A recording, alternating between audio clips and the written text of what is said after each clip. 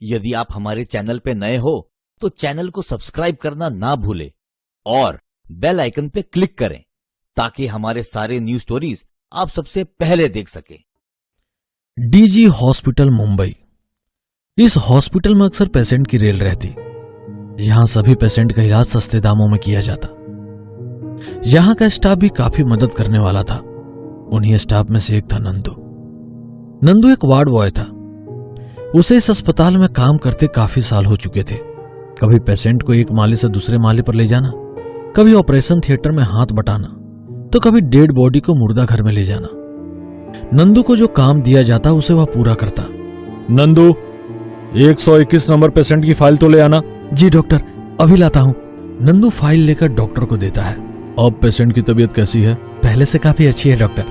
ऐसा ही रहा तो 2-3 दिन में हम उसे डिस्चार्ज भी दे सकते हैं। गुड।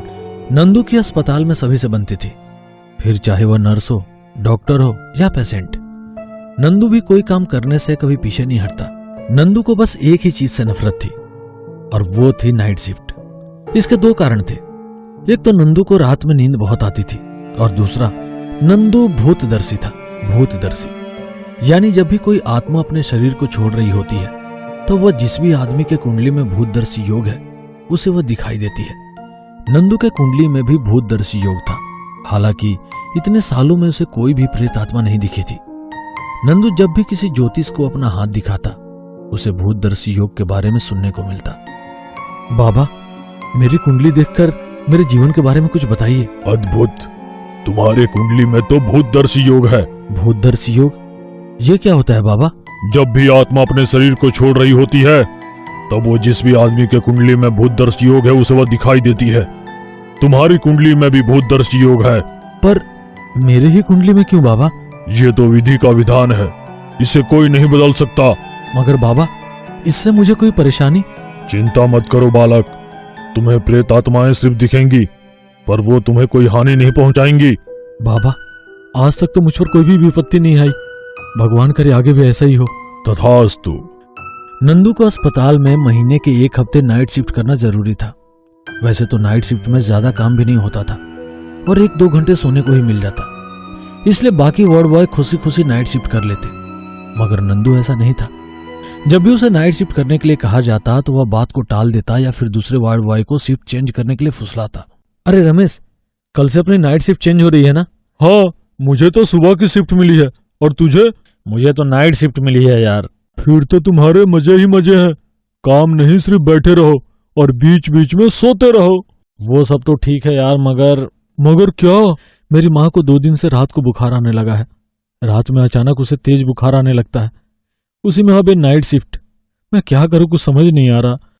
इतनी सी बात है, एक काम करो, तुम मेरी शिफ्ट ले लो और मैं तुम्हारी नाइट शिफ्ट कर लूंगा। क्या सच में? तुम्हारा बहुत बहुत शुक्रिया। इस तरह नंदू बहाने बनाकर अपनी शिफ्ट चेंज करवाता।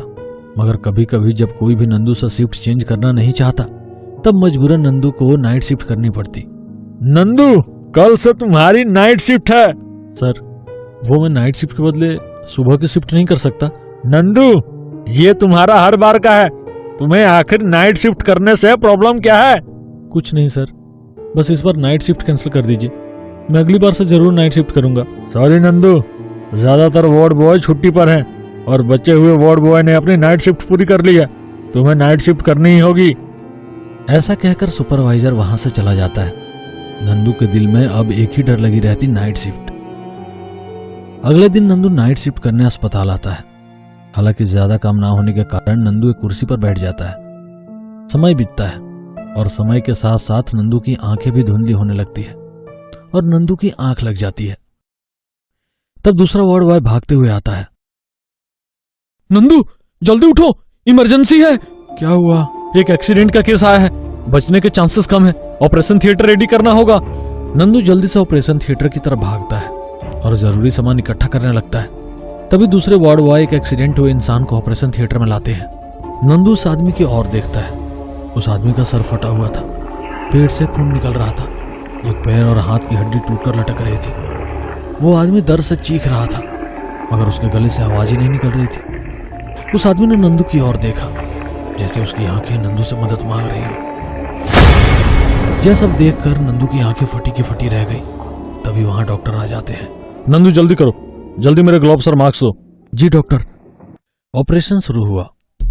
डॉक्टर ने उस आदमी को बचाने की कोशिश शुरू की। नंदू उसी ऑपरेशन थिएटर में डॉक्टर की मदद कर रहा था। गहरे घाव होने से बहुत खून बह रहा था। कुछ घाव तो इतने गहरे थे कि शरीर के अंदर के पुर्जे भी साफ साफ दिख रहे थे। ये सब नंदू ने अपने अस्पताल में बिताए सालों में पहली बार देखा था। नंदू ब्लेड दो। ये लीजिए सर। सीजर। ये लीजिए सर। अब ऑपरेशन शुरू हुए आधे घंटे से भी ज्यादा हो गया था। अचानक मशीन की आवाज तेज होने लगी। उस आदमी की धड़कनें तेज होने लगी। ऑपरेशन थिएटर में भी सबकी दिल की धड़कनें तेज हो गई। तभी उस आदमी ने पास खड़े नंदू का हाथ पकड़ लिया और अपनी आंखें खोलकर नंदू की आंखों में देखा। यह देखकर नंदू डर गया। उसने अपना हाथ छुड़ाया और तभी मशीन की आवाज शांत हो गई। इसके साथ उस आदमी ने भी दम तोड़ दिया। He is no more. Body को कवर करके मुर्दा घर में ले जाओ। Okay doctor. नंदू ने उस बॉडी को सफेद कपड़े में लपेट दिया। फिर वो उस बॉडी को लेकर मुर्दे घर की ओर चल पड़ा।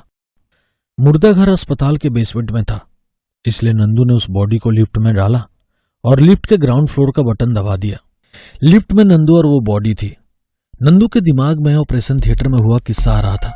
उस आदमी की आंखें जो नंदू को देख रही थी और उसका नंदू का हाथ पकड़ना नंदू को बेचैन कर रहा था। अचानक उस बॉडी में से कपड़ा फाड़कर एक हाथ निकलता है जो कि फिर से नंदू का हाथ पकड़ लेता है। यह देखकर नंदू डर जाता है और चिल्लाने लगता है, बचाओ बचाओ। नंदू नंदू क्या हुआ तुम्हें? कुछ नहीं, मैंने एक डरावना सपना देखा। नंदू राहत की सांस लेता है।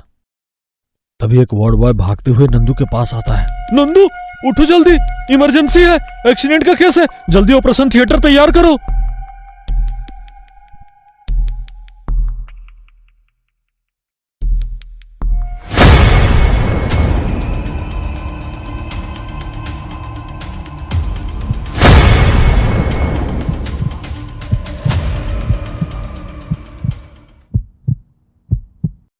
यदि आप हमारे चैनल पे नए हो तो चैनल को सब्सक्राइब करना ना भूलें और बेल आइकन पे क्लिक करें ताकि हमारे सारे न्यूज स्टोरीज आप सबसे पहले देख सकें।